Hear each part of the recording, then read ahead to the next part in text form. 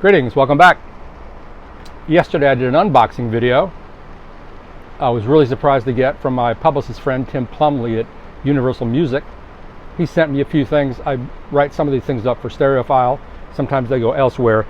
But he out of the blue sent me this incredible package, which I unboxed yesterday. So I'm just going to go through all these records. Since I can't leave the apartment, I mean I can, but it's a giant pain in the ass. I thought I would go through these records and just tell you about them. Tubular Bells. This was a giant hit, I think in 1973 when The Exorcist came out. The beginning of Tubular Bells has this very eerie tritone thing going on keyboards. And so back then it was really associated with that movie, with The Exorcist, which is still an incredibly scary movie to me. But this has not only the original album on disc 1, remastered, it has, let me read it here. 1973 original mix, half-speed mastered at Abbey Road, plus additional album of rare and sought-after tracks. They claim they're sought after, including the never-before-released Tubular Bells 4 intro, which is cool. There's the original single that Michael Oldfield mixed. This also has the Tubular Bells music for the opening of the London 2012 Olympic Games, Tubular X, which is Tubular Bells, Mike Oldfield and York remix. I thought that was the best thing on here because the original Tubular Bells, by today's standards, is not a very good recording. Some of the guitars are distorted, probably intentionally, but it's kind of a small, meek little recording. But this Tubular Bells, Tubular X, and Mike Oldfield the Tubular Bell, Michael Oldfield and York remix really sounds fantastic. That's an audiophile level track. This is a very interesting record because it has the early 70s was the Back to Nature movement. It was also the Back to Africa movement, which I'll talk about on a different record. And this album really has all these organic sounds. It also reminds me of Philip Glass and Steve Reich, systems music as it were. So it really sort of captured the zeitgeist of the age in very compelling fashion. There's Michael Oldfield. There's the original tape boxes. There's a reproduction of the original tape box. And it still sounds very organic. Other people in the rock world were doing things like this. I think about Steve Hillage. He was doing this, as well as maybe Gong. They were doing these very organic, long pieces. And this is one continuous piece. And all these different instruments flowed in and flowed out. It sounds much better on the Tubular X than the original version. Even the half-speed mastering doesn't really help the sound quality of the original album. But it's a great record, and you really get, if you allow yourself, it's really easy to get just kind of taken up in it. So this is great. I'm not sure when this came out, but I was really happy to get this. More obvious jazz things. This is another Third Man reissue, I believe. Third Man, Jack White, everything pressed at his plant in Detroit. The sound quality on this is fine. And by this time, this is 1970, I believe, for Ahmad Jamal. He's very evolved with Frank Gant on drums, and forgot who the bass player is. But it's interesting. It's a great trio recording. He's more minimalist on his early Cadet and Argo records. Big influence on Miles Davis. But there's a lot more embellishment going on his piano, almost classical at times, still a lot of space. And most interesting to me, he also covers one side are his compositions, the next side he does Elvin Jones, Herbie Hancock, Dolphin Dance, You're My Everything, Stolen Moments by Oliver Nelson, and Wave by Jobim. If you're a Jamal fan, this is definitely one to have. There's a very warm feeling in this music, very organic. It's a great record. The sound quality is okay. I thought it sounded a little veiled. This was done, I believe, I don't know the credits for this. I don't know the sound credits. But the sound is a little veiled in absolute terms. We're going to save this one. Oh, I need to change my glasses. So I can see a little better. I think I see better with those. These are all recent releases, 2023. The Great Jazz Samba from Chad Castam at Acoustic Sounds. Mastered from the original analog tapes by top mastering engineers. Manufactured at QRP. Tip-on gatefold. The packaging on this is absolutely beautiful. Really, really as good as any tone poet. Really, really beautifully done. These are fantastic reproductions. And this is the very first record in 1962 that brought the Bossa Nova craze to the US. Charlie Byrd, Stan Getz. Next year, after the 63, is the massive Getz Gabberto album that had Girl from Ipanema on it. After that is Jazz Samba Encore with the great Louis Bonfa on guitar. These are fantastic records. In researching today, the funny thing is, this has an American rhythm section. Getz Gabberto has a Brazilian rhythm section, including the great Milton Banana on drums, and I would venture to say that's part of the reason that album is such a huge success. And I wasn't a big fan of Charlie Byrd's in general, but he sounds amazing on this record. But if you're going to get 3 American-made Bossa Nova records, this is the place to start. Jazz Samba, Getz Gabberto, and Jazz Samba Encore, Louis Bonfa. They're just beautiful. I love Brazilian music. I collect it. I go to Human Head, where Travis's wife is Brazilian. They go to Brazil. I've been to Rio. When you're in Rio de Janeiro, man, the feeling of Bossa Nova is in the streets. It's in the people. It's in the waves. It's just an amazing music. And this is a pretty good place to start.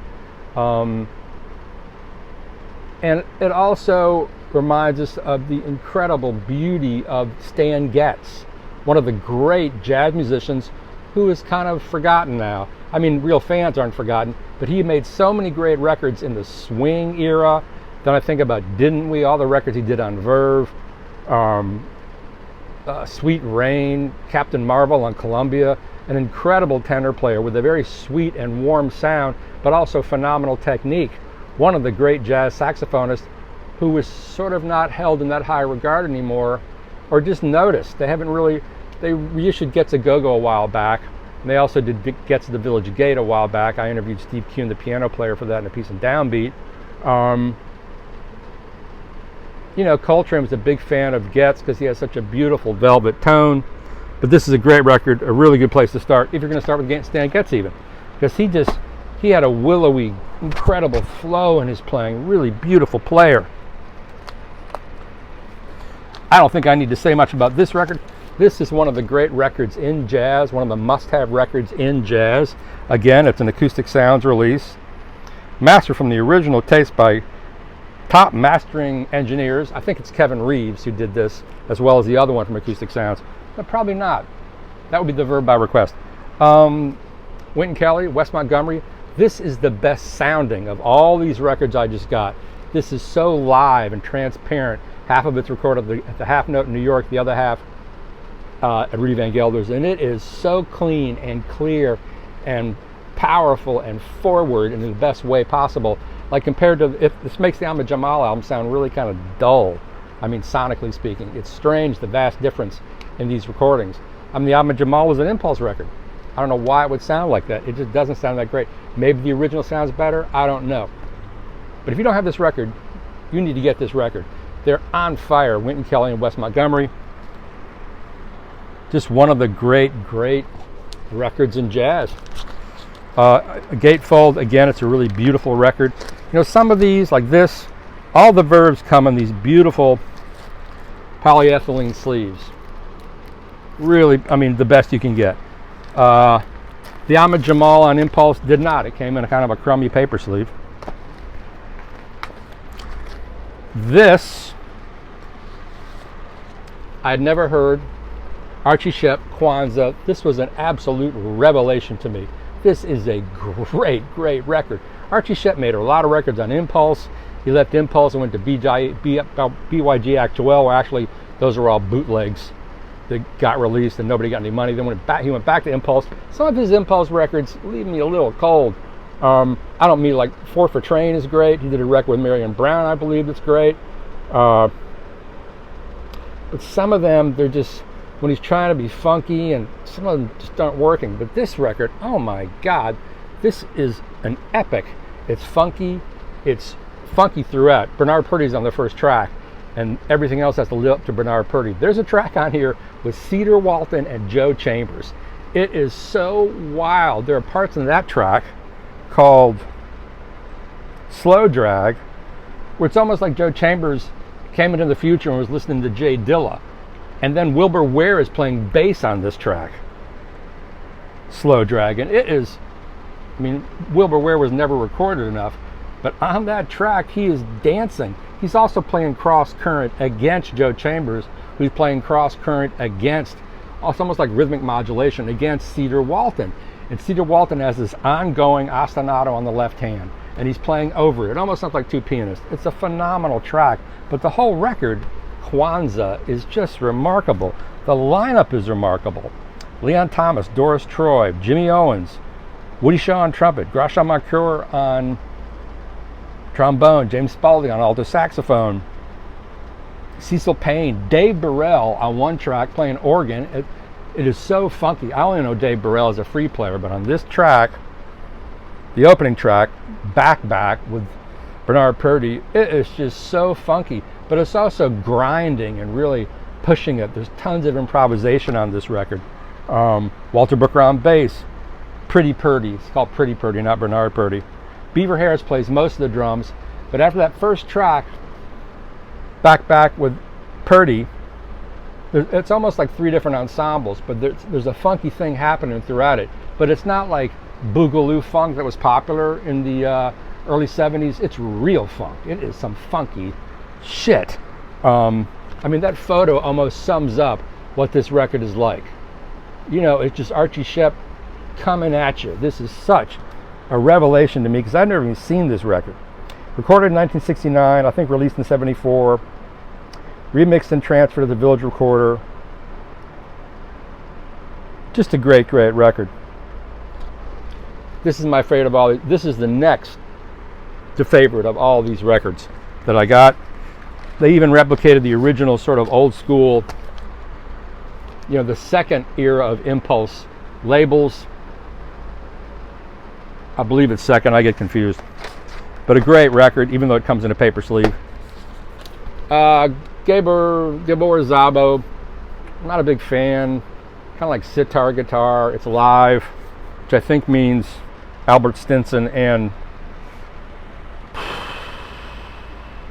who's the band? Oh, Marty Morell on drums, Jimmy Stewart on guitar, Louis Quebec on bass, Hal Gordon on percussion.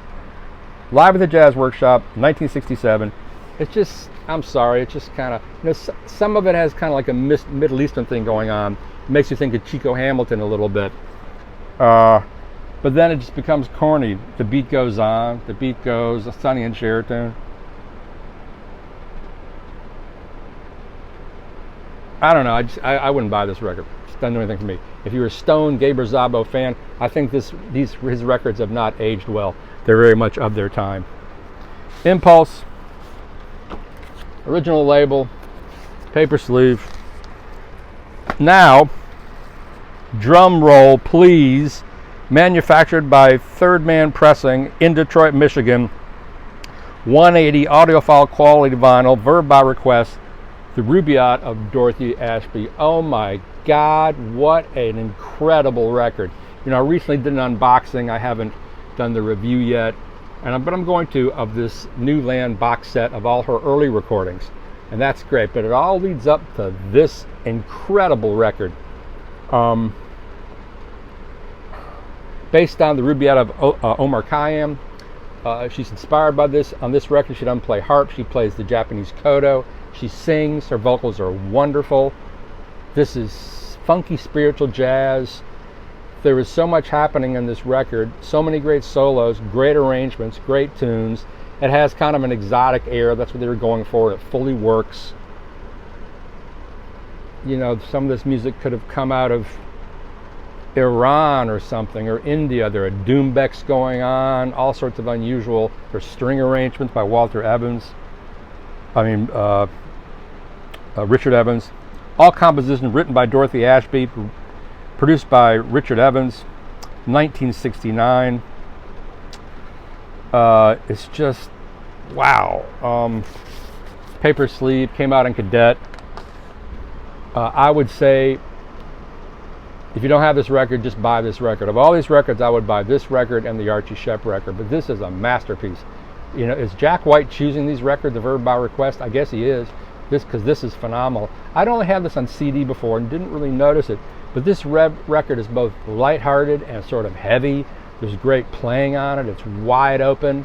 It's spiritual, but it's also very funky. You think about what Alice Coltrane was doing at the time, was much more wide open and out in outer space and more associated with the avant-garde and free jazz. This is much more music with a groove and actually much better organized. It's almost like a pop record, but it's not a pop record, even though she's a wonderful singer and sort of a show tunes vein. But man, what a beautiful record. I can't recommend this one highly enough. So that's all we have to say here today. And thank you for coming into the room where I cannot leave. Have a great day. Bye.